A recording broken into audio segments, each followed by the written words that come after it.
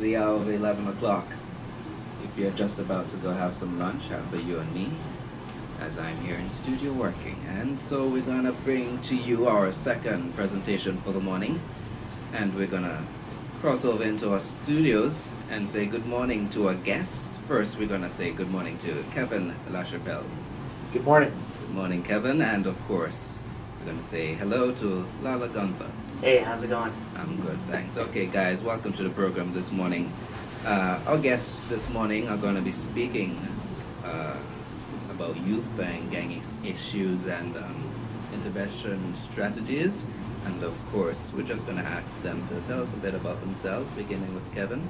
All right, my background is a former police officer in the United States. And interestingly, I actually was the one to arrest Lalo on a number of occasions. And he actually spent many years in custody and being incarcerated. And now he and I work together as a team, helping communities form good strategies in dealing with some of the gang issues that they have. Usually we use kind of an integrated approach with police, teachers from the schools, community groups, churches, all integrated together so that they can help divert the young people and keep them prevented from going down that lifestyle. Okay, Kevin, and Lalo? Yeah, so I was a gang member at a young age. I was kind of missing something in life, and I seen the gang members kind of in my community, and they looked like they had something together, something to offer, and so I ended up joining that group of people, young people, mostly older people, kind of pulling me into that lifestyle, and they became kind of the family I never had before. While this police officer would come around, I want nothing to do with this guy. I mean, I didn't like him, I didn't want to be around him, I didn't want him coming around, I kind of hated him at times. But now he's one of my best friends, and I love him and I appreciate what he's done in my life. You certainly caused a change. Oh, absolutely. Okay. All right, guys, tell us a bit about your organization, PowerMentor? Yes, PowerMentor is a nonprofit organization, and we really focus on mentoring young people, and we also help organizations start their own mentor programs for their communities. And we really believe strongly in mentorship. We believe that young people need someone to come alongside them and encourage them and believe in them, perhaps even more than they actually believe in themselves at the time, depending on what they're dealing with. So that's something we've used. It's been very successful. We have documented success stories on short video documentaries, which we have on our website at powermentor.org. And we continue to just really enjoy helping communities get their program in place as well. And have you been able to, say, work in a group or circle with some of the gang members here in Antigua? Well, we've talked with just young people, and one thing that we noticed right away is that there's young people emulating the gang lifestyle with having a red and blue rags and sure. And those things, and we've also learned that there's been a lot of people that were deported from the United States that did time and were pretty hardcore gang members, and by coming here they've kind of started up their own little operations. So really what we believe is that the police has to do a very aggressive approach, and I have a lot of experience in this, so it's really critical that the police look at it as kind of identifying which offenders are serious and they're the ones indoctrinating the young people. And with those individuals, they have to be really aggressive in prosecuting them. With the young people, we believe strongly that they can utilize schools, churches, community organizations like the Boys and Girls Club, and really start mentoring these young people to give them the direction that they need. Okay, and yes, you are a former police officer, but what is it exactly that has drawn you to want to be in this particular program and helping the youth? Well, for me, it's because when I started this organization years ago, I've seen the effectiveness of mentoring others. When I first was on the police department, I felt that I could just use force by arresting people. And what I quickly learned was we can't afford to just lock everyone up, and that there has to be some inspiration and encouraging of young people. In my role as a police officer, it was amazing how much impact you could have because everyone you come in contact with is in a crisis of their life. So I quickly learned how you can encourage people and help them to rise up and get a vision for their life, and I would see them change their life. So that's why I believe firmly in mentorship. I believe that it's the strongest asset that we have available to helping young people. Okay, and Lalo, as a former gang member, you said that peer pressure along with some of the gang leaders drawing you into that particular type of lifestyle. what are the other factors that caused you to want to turn to that particular lifestyle? Well, at an early age, I think there was a breakdown in my family. I think my father left us when I was around age of 2, so I grew up with my mom. I have 4 brothers and sisters, two younger brothers, 2 younger sisters, so I was the oldest. I kind of became the father role. However, because I didn't have a father there, I didn't really know how to assume the role, and I was hurting. I think I wanted more out of life, and I yearned for that. My mom was so busy with my brothers and sisters that she could not spend the time to give that to me. So I wanted that. I wanted her attention, her love, her affection, and she didn't show that to me, and that's kind of what opened the door to wanting to be part of something that was going to offer that family environment, somewhere where I felt accepted, as a person. And I think the gangs opened that door to me. But like I tell everybody, joining a gang was probably the worst decision I ever made in my life. Okay, and Kevin, let's seek to draw a parallel here from Lalo's experience and to some of the persons that you've spoken to here in Antigua.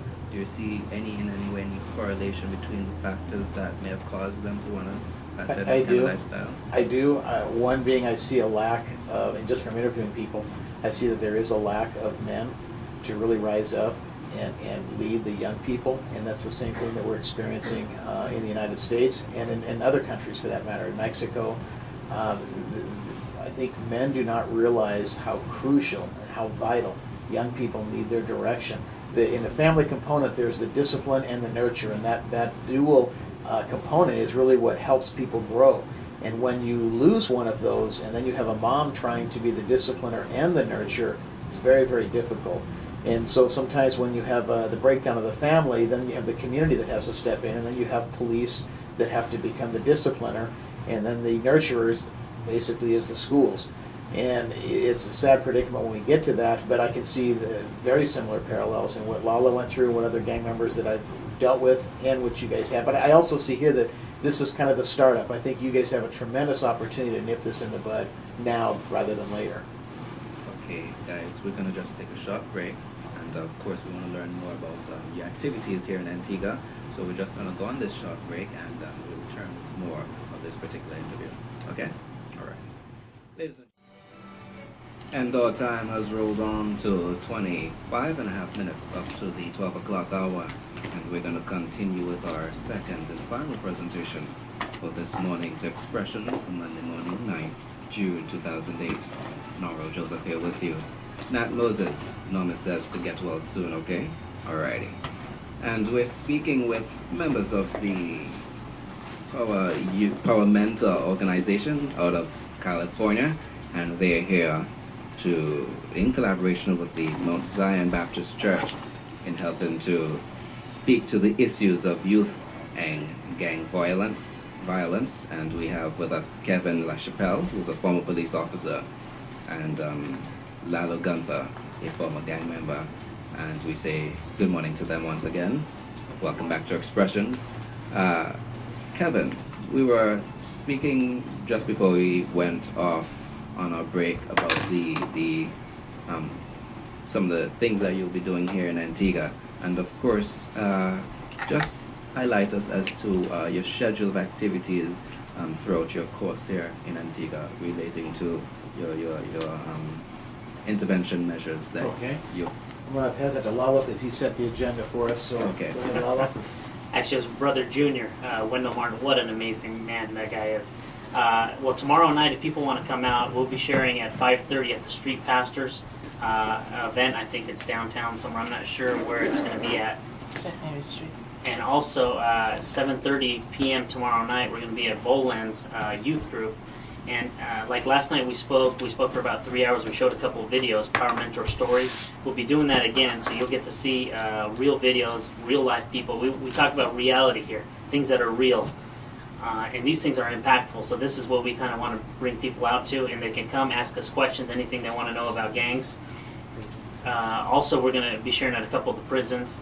Another event that's going to be open Wednesday night, 7 p.m., Christian Union Church in Golden Grove on the main road. And then Thursday night at 7 p.m. at Pastor Santana's church, Spanish church. So my name is Lalo, soy mexicano, hablo español. So if you speak Spanish, come on out and you can ask me any questions you'd like. See. All right. And anything else for the rest of the week? We do have a number of school events during the morning. For example, this morning we were at the Christian Union Primary School. We spoke to some people from an organization there. This afternoon at 4 p.m. we're going to be at the Boys Training School, sharing with them. And we have a number of schools: Christian Faith Academy, Youth Skills, again the prison, All Saints Secondary School, a number of schools that we're going to be sharing at. This morning it was a really interesting meeting with the Big Brothers Big Sisters of Antigua and Barbuda, which was really nice, just because it was interesting. We had similar strategies, and when we came together and talked, we both had very similar ideas on attacking the problem, which was one of the issues is really getting young people to focus on their future instead of just focusing on tomorrow by asking questions about their careers and different things. There's a story that the videos that Lalo was talking about. There's one story. The young man, his name was Jose Orozco, and he was working at a fast food restaurant when he was 17. His mom had died when he was about 8 years old, and his dad died when he was about 11 years old, both of cancer.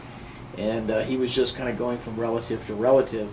We began mentoring him when he was 17 just by asking him questions about his life. What's he going to do with his life? And he returned to school, finished high school, attended the university, and he's now in his last year of law school. So the success stories that we bring are very, very solid with really proven strategies. I actually written a book. I wrote a book that just came out recently called PowerMentor. It talks about the art of mentoring and strategies that one can implement. Okay, and just share a few more of your strategies that you use in your intervention sessions with us. I think a good example would be just like yesterday. Lalo and I very quickly can pick out of a crowd someone that's hurting and someone that's experiencing where they're leaning the wrong way. And we ended up putting our sights on one young man, and when we tried to talk to him, he was very reluctant to talk. And by the end of the day, he was actually asking if he could come and spend the rest of the week going with us to the different places we were going. It doesn't take much to take an interest in someone and help them to understand that you believe in them. Oftentimes we see the worst in people, and we need to learn to see the best in people. And by doing that, people will come alive. Okay, and based on your sessions here in Antigua, how would you rate your success in speaking or identifying some of the factors that are affecting the young people, and basically able to just show some light to those who you've spoken to? Sure. I think that I wouldn't know if I would say measure our success. I would say the success of everybody between us and people from Antigua here. I think that it's been an eye-opener for kind of sharing. In the United States, the problem is much, much more serious. And so I think it sheds some light on realizing if we don't address it now, this is what we have to look forward to. So I think that was effective. I'm hoping, and I really won't know until later, I'm hoping that people actually will rise up and start really getting involved with Boys and Girls Club, getting involved supporting the police, building trust with the community, and everyone really working together with the schools and with churches for that integrated approach. But it's going to take months really for that to kind of come together. Okay, and your stint here in Antigua ends when? I actually will be flying out Wednesday morning, and Lala will be leaving Friday. Okay, and any intentions to probably return on another engagement? I have a pretty good idea that we'll probably be back sometime or another. Okay, guys, we're just about out of time, so is there any last words or anything else that you'd like the public to know just before we wrap up? Just for people to realize this is their community. This is a beautiful island with beautiful, incredible people. And this really does have to get taken care of right now. Now's the time. People need to seize this opportunity and really step up to the plate and say, let's reach out to these young people and help turn them around. Okay, Kevin. I want to say good morning to Mrs. Simon, who's been sitting in the background there with us this morning. Good morning, Mrs. Simon. Good morning. And of course to Lalo and Kevin, we want to thank you very much, not only for being on the program today, but for your work here in Antigua. I surely hope that with this sort of intervention from your organizations and with collaborations with the organizations here, that we can certainly, definitely find some sort of solution to the problems that we're both facing in our societies. So thank you once again for coming to the program this morning, and hopefully before you leave we'll have some contact with you so we can follow up and see what's happening with the organization, not only here but in the States as well. And of course your website is PowerMentor.org. That's correct, www.powermentor.org, and we really appreciate you having us here. Okay, no problem. All right, thanks guys. Enjoy the rest of your day.